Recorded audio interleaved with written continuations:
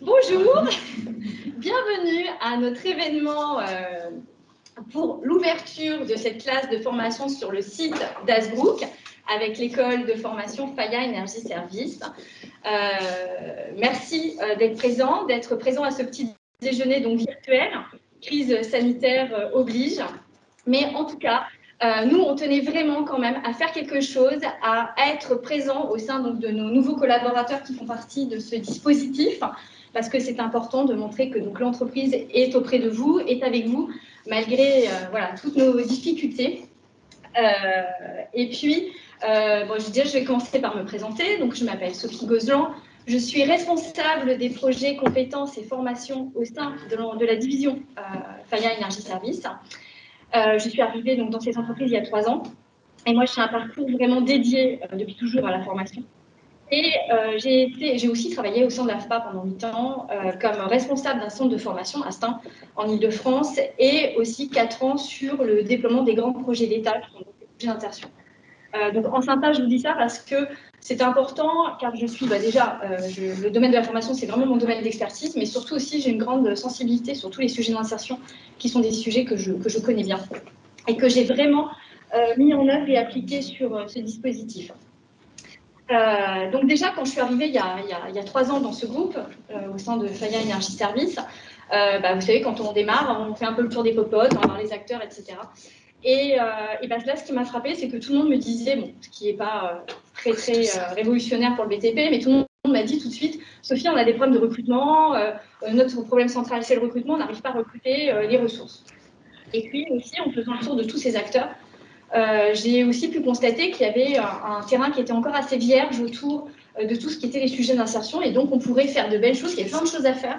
Alors évidemment, quand on travaille sur ces sujets, dans notre domaine, ma première activité a été essentiellement d'essayer de convaincre, parce qu'il a fallu beaucoup convaincre les personnes, convaincre parce que quand on touche notamment sur le recrutement dans la culture de l'entreprise, aujourd'hui, on n'est plus sur des modalités où, en fait, on va recruter ce que l'on connaît, on va recruter un peu soi-même, son modèle, la personne qui vient de son même cursus, sa même culture, de préférence un homme, et aussi qui a fait un petit peu les mêmes diplômes, etc. Donc voilà, en fait, on se recrute soi-même.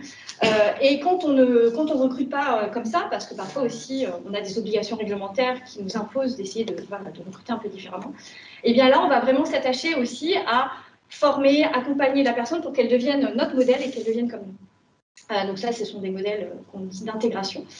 Et aujourd'hui, tous les projets qu'on travaille au sein de la division, on essaye vraiment d'être sur les sujets d'entreprise inclusive, c'est-à-dire recruter déjà des gens qui viennent différents d'autres publics, mais vraiment les inclure dans nos organisations et évoluer en fait avec eux, et donc c'est là que vient la richesse. Alors évidemment, quand on travaille sur ces sujets-là, on travaille sur le changement. Et le changement veut dire toujours convaincre et puis travailler sur du très long terme, s'ancrer sur le long terme. Et puis, il y a de ça maintenant 1 an, j'ai eu la chance que Romain Gaël tape à ma porte. Et là, j'ai eu l'agréable surprise de rencontrer quelqu'un que je n'ai pas eu besoin de convaincre parce qu'il était déjà convaincu, motivé, il avait déjà plein de projets en tête. Et du coup, ça a été un véritable levier pour moi parce que voilà, c'était un des acteurs moteurs, un booster sur tous ces projets. Et avec lui, on a pu démarrer des projets beaucoup plus concrets. Donc le premier, c'était en Ile-de-France avec le Val-de-Marne. C'est ça, le Val-de-Marne. Le Val-de-Marne, donc on a un groupe, on a 2 fois 5 personnes, mais là c'était un projet qui était multi-entreprise, multi-employeur. D'ailleurs, je crois qu'ils sont toujours avec nous au sein d'un centre AFPA qui est à Berne. Et puis, suite à ce premier projet, donc, qui a été vraiment, qui nous a permis d'avoir un premier levier, il y a eu un deuxième projet plus ambitieux qui s'est fait avec le CFA d'Essonne sur l'Essonne, toujours donc sur le même dispositif. On est sur des projets d'insertion des publics dits spécifiques et une insertion vers l'emploi. Donc voilà, ce sont des projets qu'on a travaillé comme ça en Ile-de-France, et aujourd'hui, sur le CFA d'Essonne, nous avons 12 stagiaires qui sont en alternance avec nous, le tout porté par l'école de formation Faya Énergie Service. Aujourd'hui, c'est donc notre troisième groupe qui a été travaillé sur la région des Hauts-de-France, avec la région des Hauts-de-France, ici sur ce centre d'Hazebrouck.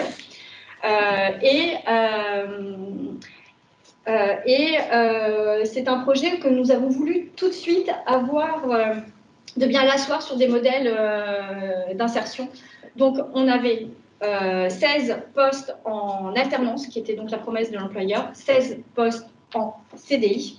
Et aujourd'hui, nous avons donc 9 alternants qui sont avec nous, mais on a toujours nos 16 postes en CDI dans la promesse d'après. Et ce qui a été formidable aussi avec Romain Gaël, c'est que, écoutez, il a su écouter vraiment toutes aussi mes exigences, mes convictions, parce que voilà, moi, je suis très impliquée sur le sujet de l'insertion. Et avec lui, on a vraiment créé un projet qui est un projet global, qui a vraiment tenu compte de beaucoup d'éléments qui sont en fait des leviers pour permettre au public donc spécifique qui sont avec nous d'avoir toutes les clés pour demain s'insérer dans l'emploi. Donc on travaille sur des parcours stagiaires, notamment avec l'AFPA, qui est donc notre partenaire à Hazebrouck.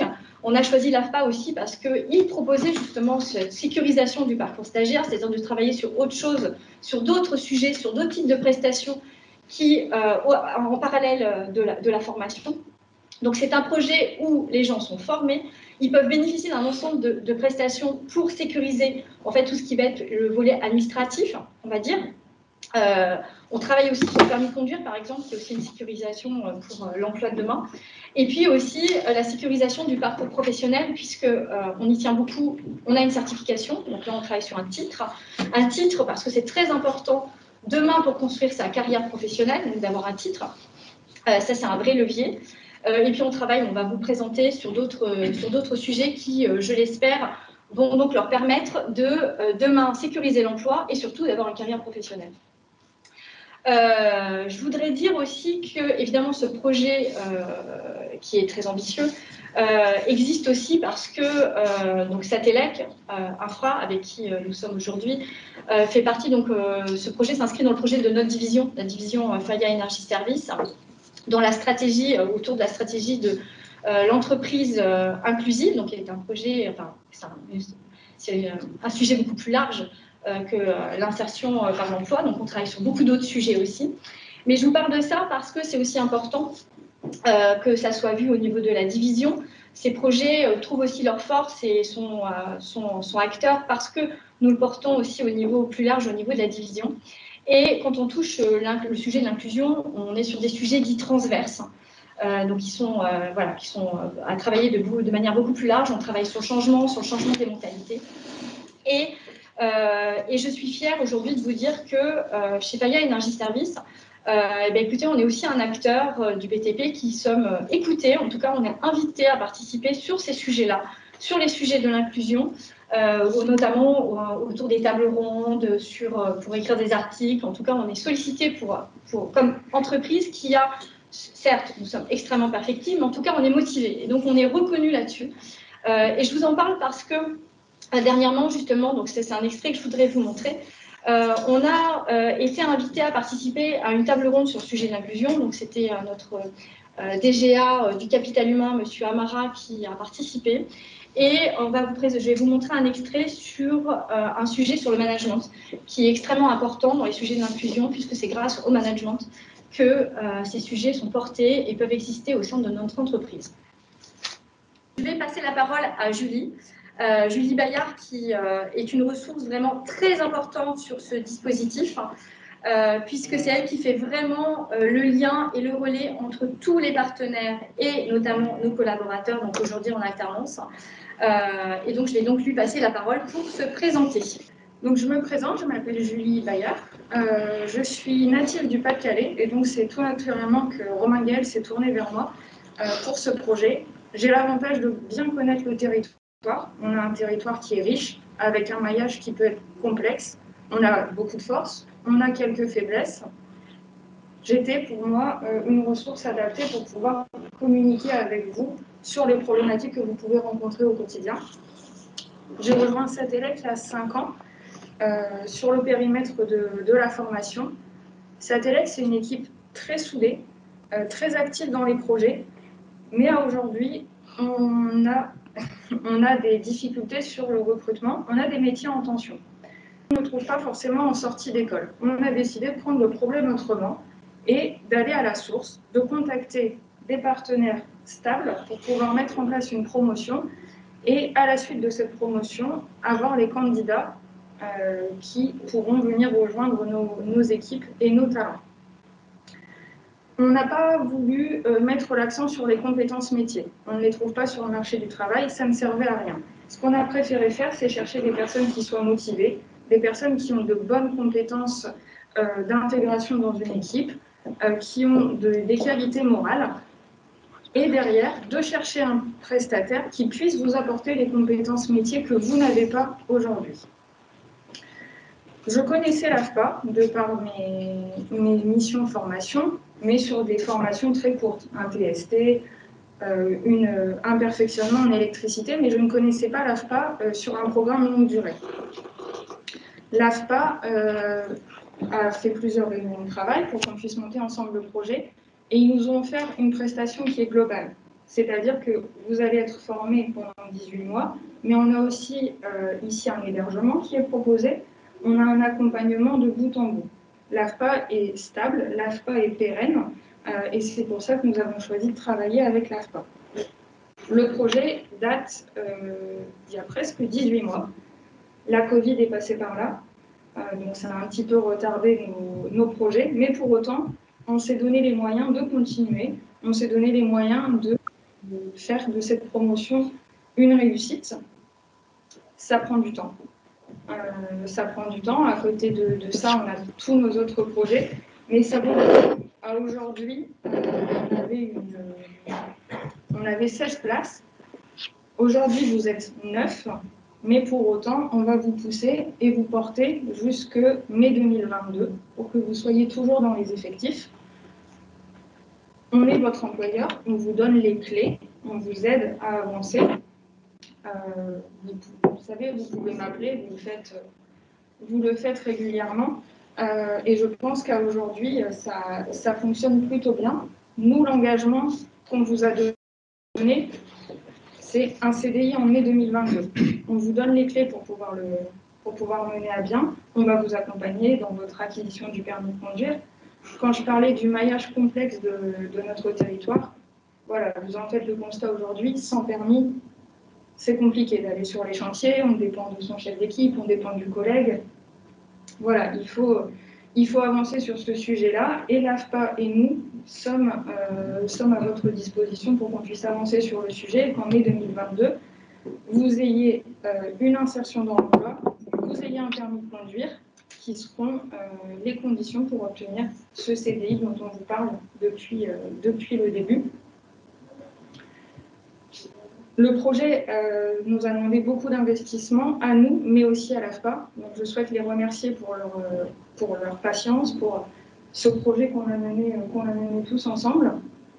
Remercier également le département du Nord, la mission locale, Constructis, qui sont des acteurs incontournables dans ce genre de projet.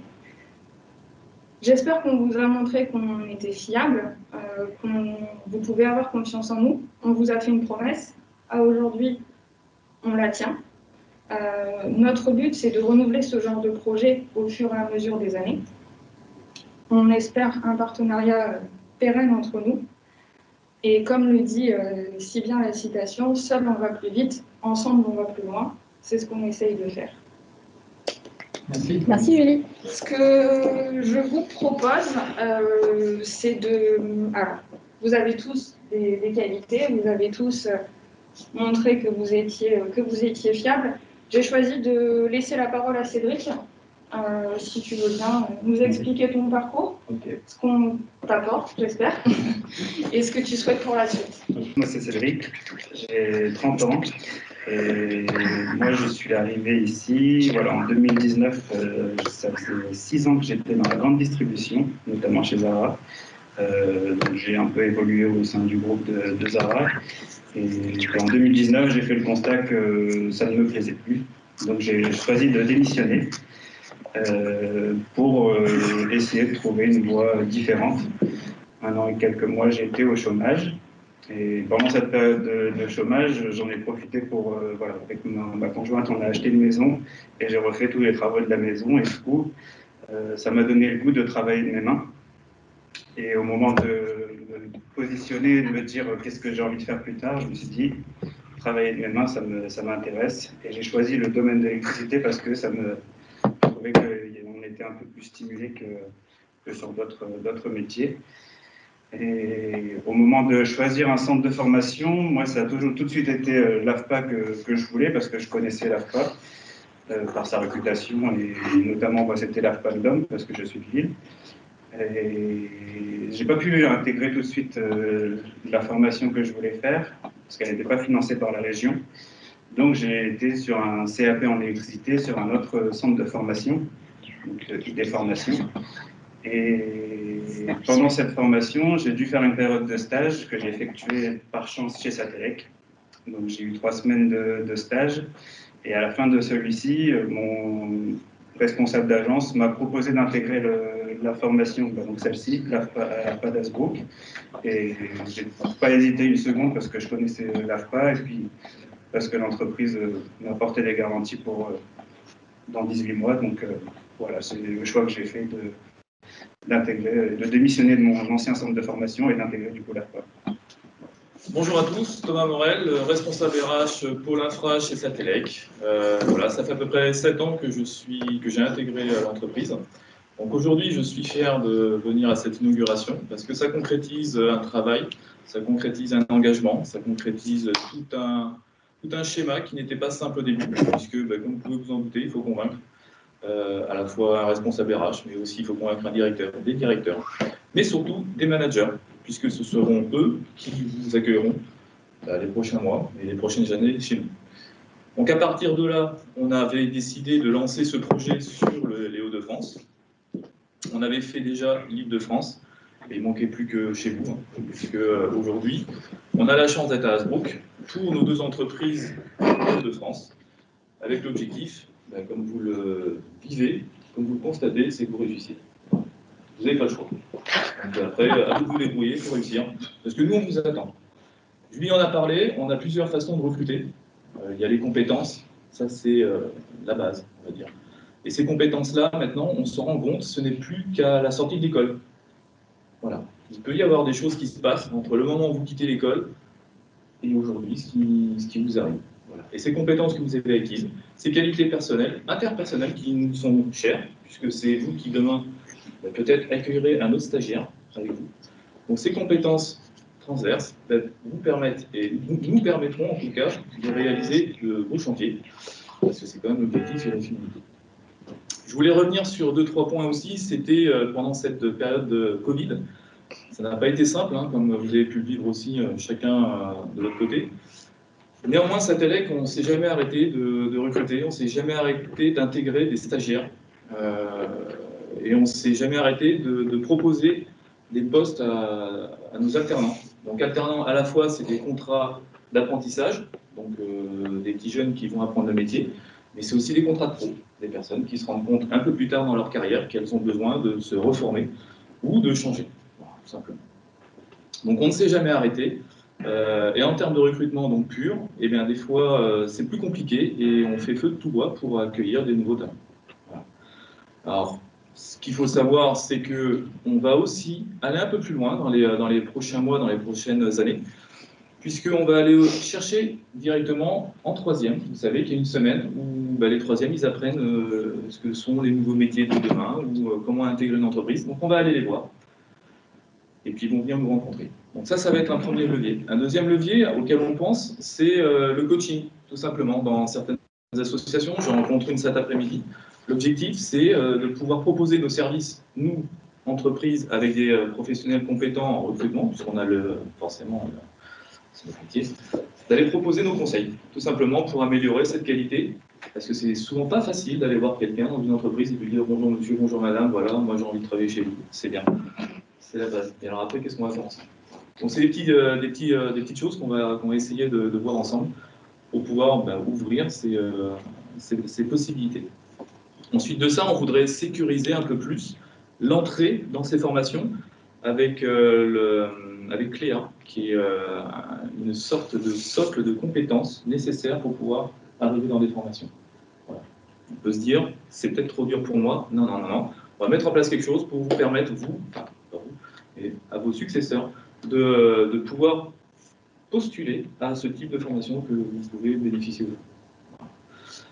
Donc des projets, des idées, mais sans sponsor, ce n'est pas simple. Donc je tiens à remercier M. Romain Richard, notre directeur de pôle, qui nous a boosté et qui nous a accompagnés tout au long de cette démarche. Bonjour à toutes et à tous. Romain Richard, donc directeur de pôle infra chez Satellec, comme vous l'avez certainement compris. Merci à toutes vos interventions de ce matin. Donc j'ai la lourde tâche de conclure. Je vais être bref, je vous rassure tout de suite. Je souhaite simplement passer 3 messages. Premier message, oui, premier message, c'est pas encore dans le texte, c'est je suis, comme l'a dit Thomas, je suis fier de ce que nous avons fait ensemble. Je suis fier que nous ayons co-construit ce projet avec l'AFPA et avec vous. Alors, je sais une chose, hein, c'est que le chemin va être long quand même encore, il y aura peut-être quelques embûches, mais la base est solide et vous pouvez compter sur nous pour vous accompagner jusqu'au bout. L'objectif en ce qui me concerne, c'est que tout le monde arrive à bon port à l'issue de cette formation. Voilà, que tout le monde arrive à bon port et que vous décrochiez le CDI tant mérité. Ça, c'était le premier message. Le second message, au-delà de l'infrastructure et réseau dont on parle ici, Faya Energy Service, c'est aussi des métiers autour de l'industrie, du tertiaire et également des systèmes informatiques, qui sont également actuellement en recherche de talents aussi comme nous. Et donc, ils ont les yeux tournés vers nous actuellement, parce qu'évidemment, c'est à nous de leur montrer que ce modèle-là, ici, qu'on vient de mettre en place, c'est un modèle qui permet d'amener des vraies réponses à leurs besoins de recrutement. Quand je dis des vraies réponses, c'est des réponses dans la durée, et pas que dans les infrastructures et les réseaux. Et le troisième sujet, là, j'en viens à la responsabilité sociétale de Faya Energy Service. Donc, on a parlé beaucoup de nos actions solidaires. Ce matin, notre engagement territorial, ce matin, c'est l'occasion de concrétiser une action dans l'engagement territorial de Faya Energy Service. Cela dit, j'en profite pour vous rappeler que dans notre responsabilité sociétale, il y a 3 autres piliers auxquels nous sommes également très attachés, sur lesquels nous sommes actifs. Alors, il y a le pilier évidemment économique. Donc, par notre présence de proximité dans les agences, nous sommes des actifs du territoire et avec notre cortège de fournisseurs, de sous-traitants, de partenaires, de prestataires de services. On est également en interne, donc comme l'a dit Thomas, vous allez rentrer, une fois que vous êtes rentré, l'aventure continue. L'intérêt, c'est de proposer à chacun d'entre nous, via l'école de formation Faya Energy Service, un parcours, une formation qui nous aide à trouver notre place dans l'équipe et surtout à évoluer au sein du groupe familial qu'est Faya Energy Service. Et puis pour terminer, le dernier pilier, c'est un pilier environnemental sur lequel nous sommes aussi actifs. Alors nous sommes notamment actifs sur la partie énergie, puisque nous accompagnons nos clients dans la transition énergétique et numérique. Alors ça permet notamment dans les marchés globaux de performance, on accompagne nos clients pour entrer dans la sobriété énergétique et également amener de nouveaux services au cœur de tous les territoires. Donc j'en ai terminé, je vous remercie tous pour votre présence physique et votre présence à distance. J'espère que ce petit événement vous aura plu. Et puis je voulais savoir si vous avez des questions au sujet de ce qu'on vient de vous présenter. Une question, pardon. Oui, non, moi je voulais savoir s'il y avait des représentants des collectivités à La Réunion. En distanciel, oui. Ouais, parce que je trouve que ça peut vraiment, moi j'insiste sur le fait que ça peut vraiment être un travail donc organisé par l'AFPA, mais ça peut vraiment être un travail vraiment d'engagement entre l'entreprise et les collectivités, parce que c'est intéressant. Et je pense que voilà, pour les collectivités, ça peut être intéressant au niveau de l'emploi et tout ça. Donc c'est un sujet sur lequel voilà, j'insiste. Voilà. Ok. Très bien, merci. C'est très clair, merci. Donc le petit apport que je ferai, c'est que c'est une chance pour la formation. J'ai maintenant 30 ans, 40, 45. Voilà. Pourquoi? Parce que cette formation-là, à la clé, il y a un CDI. Je connais des gamins qui ont des bacs plus 5 qui sont en CDD. De mois de mois. Vous avez un CDI à la clé. Alors, ce qu'il faut faire, il faut y aller. Foncez. Donc, en stage, pensez sécurité. Investissez de l'investissement, de l'intérêt. Profitez de la formation. Hein. Vous avez des formateurs devant vous. Il y a des gens qui ont fait des formations à distance qui n'avaient pas de formateur. Quand ils avaient un formateur à la clé, au téléphone, ou je ne sais pas quoi, ben, ils galéraient. Donc, vous avez à disposition des formateurs. Il faut y aller.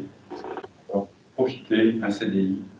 Et un métier comme celui que vous allez faire, on est dehors, parfois il fait mauvais, parfois il fait bon. C'est dur, c'est technique, il faut y aller. Mais ça vous ouvre des portes au niveau technique élève. Et il manque des monteurs électriciens. D'accord? Donc, je profite de ce petit espace-temps. Allez-y, foncez, bossez et pensez à un avenir en positif. Je fais le clap de fin. Parti. Merci beaucoup, au revoir.